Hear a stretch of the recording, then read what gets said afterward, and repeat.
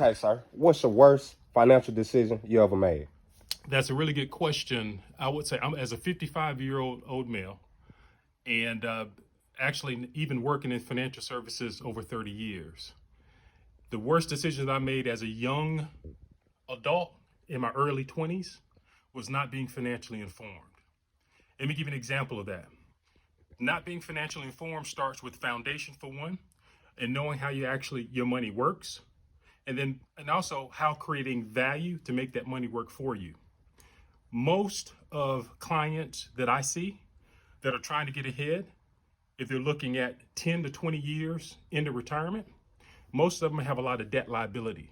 So the debt liability that they have, a lot of it is credit cards, for one, finance companies, second, or having what's called liabilities. Liabilities are, if it is a car payment, that's a liability, and knowing the difference between installment loans and variable loans. Having good credit, for one, is the foundation to financial wealth. The reason why, because you put yourself in a position to be able to borrow money without having to use your own money.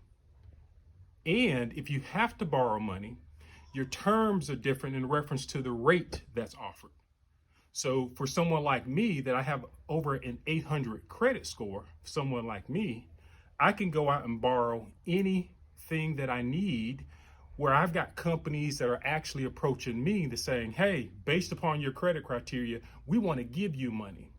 So if I were to learn this, for example, let's say early in my career, in which I did, because I started in banking at age 20.